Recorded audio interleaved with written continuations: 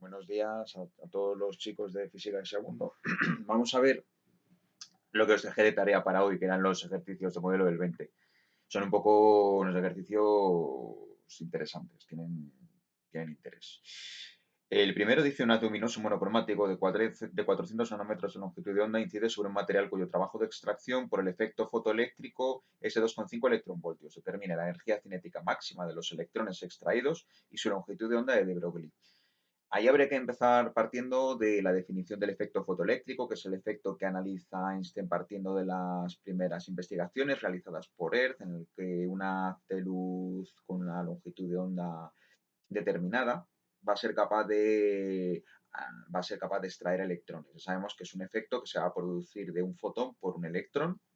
Luego también habría que explicar, dado que nos dan la unidad del trabajo de extracción en electronvoltios, la relación entre el electronvoltio y el julio para que quede claramente especificada, ¿vale? Teniendo en cuenta que el electronvoltio es una unidad energética en la que un electrón colocado entre las placas de un condensador va a ser capaz de poder moverse desde una placa hasta la otra. Por tanto, un electronvoltio se relaciona con la carga del electrón en julios, y de aquí obtenemos un valor de 4 por 10 a la menos 19. Estableceríamos la propia ecuación del efecto fotoeléctrico y a partir de ahí, teniendo en cuenta el término de la energía del haz incidente, hablando del trabajo de extracción y la energía cinética, diríamos que no es posible que dicho efecto se produzca cuando la frecuencia de la radiación incidente sea menor que la frecuencia umbral del metal, característica del mismo, y además que es un efecto que va a ser instantáneo. Nada más se supere esa frecuencia umbral, se va a producir la liberación de los electrones de la superficie metálica y además la intensidad de dicha liberación de electrones va a ser proporcional a la intensidad de la radiación incidente. Una vez dicho esa pequeña introducción, que simplemente nos llevará a media carilla, lo que vamos a hacer simplemente va a ser sustituir lo que es la energía cinética en la expresión que tenemos de Einstein del efecto fotoeléctrico, ya trabajando con el trabajo de extracción, trabajo umbral, que lo vamos a tener en julios, pues todo lo demás van a ser las magnitudes que nos han dado en el enunciado y de ahí podemos obtener una energía de 9,72 por 10 a la menos 20 julios.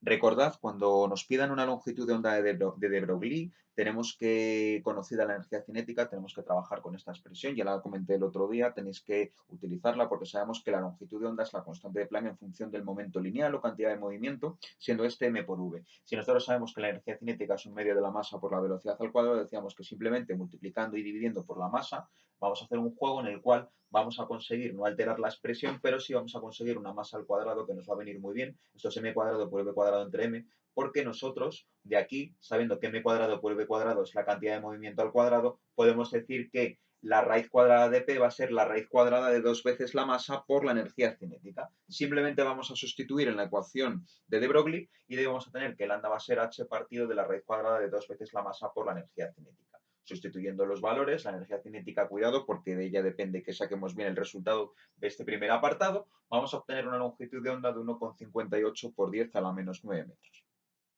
Cuidado con la segunda pregunta. Ya trabajasteis con el cálculo de la intensidad en el problema 3 de la ficha del tema 7, física nuclear, física cuántica, perdón, vamos a recordar un poquito esto. Lo que es la intensidad como tal ya sabemos, ya lo vimos en el tema de ondas sonoras y sabemos que la intensidad es la energía por tiempo y superficie.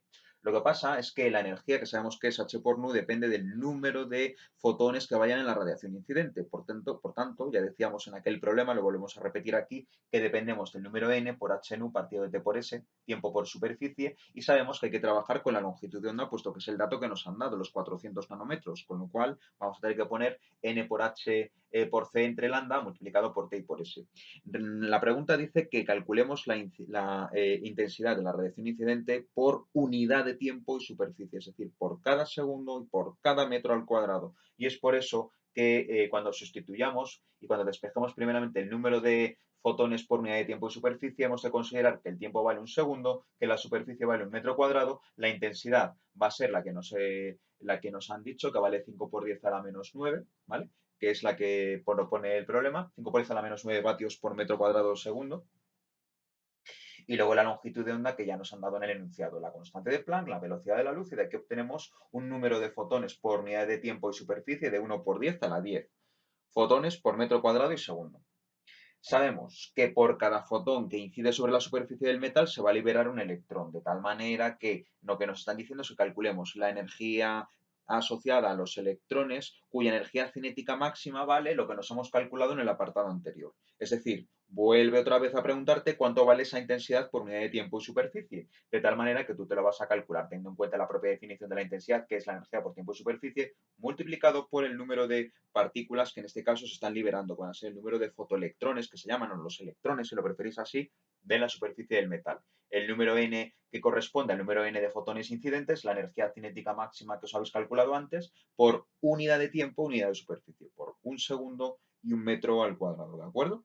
Y de aquí vais a obtener la cantidad, que van a ser 9,72 por 10 a la menos 10, que van a ser julios por metro cuadrado por segundo, ¿vale? Que es un poco lo que nos están planteando. Luego tenéis un segundo ejercicio dentro del modelo del año 2020 que puede ser interesante también. Ahonda un poquito en lo que hemos analizado ya, en lo que es los ejercicios de física nuclear y bueno, es un poco por plantearnos más de lo mismo, ¿vale? Entonces, vamos a ver qué datos nos han dado, ¿vale? Ya veis que son muy similares, pero cada uno de los ejercicios, salvo los de física cuántica, que ya veis que son todos similares, salvo este que tenía lo de la intensidad y tal, que puede ser interesante y no está descartado que lo pregunten en la EBAU de este año, pero sí que tenemos que tener en cuenta algo tan importante como es lo siguiente, y es el hecho de que qué es lo que pasa en el caso del problema B del modelo del 20. Un isótopo radiactivo utilizado en medicina nuclear tiene una vida media de 6 horas.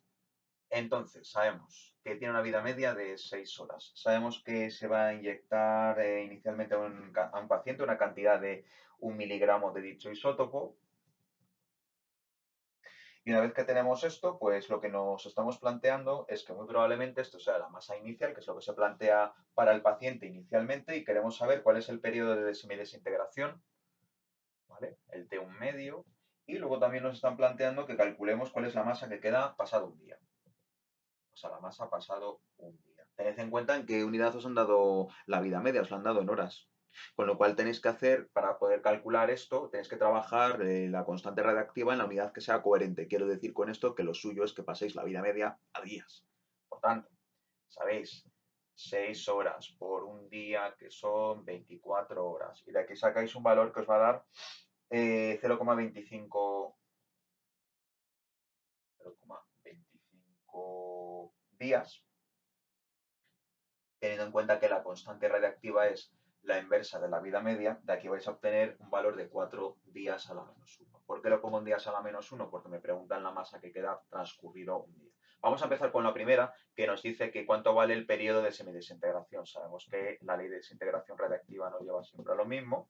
Y de aquí imponemos el valor de la constante radiactiva y te queda, por tanto, que cuando despejas esto, el periodo de semidesintegración es el logaritmo neperiano de 2 entre la constante radiactiva, que cuando lo calculas te salen a 0,173 días. Bueno, luego dicen, ¿qué masa quedará? Transcurrido un día, pues sabemos que es la masa inicial por E elevado a menos lambda por T, sustituimos la masa inicial, la tenemos en miligramos, pues lo dejamos en miligramos, no pasa nada. En estos problemas se puede trabajar en la unidad que queramos, siempre que haya coherencia, la masa final la obtendremos también en miligramos. Tenemos 1 miligramo por la exponencial de menos la constante radiactiva, que vale 4 días a la menos 1 por un día, por 1.